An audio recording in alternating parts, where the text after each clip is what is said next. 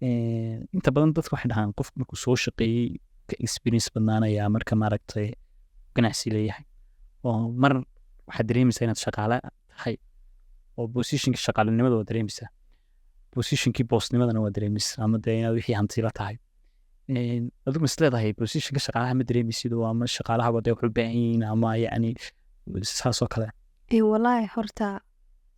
waxyaabana waxaa kuu geeya dan waxna baahi baa kuu geysa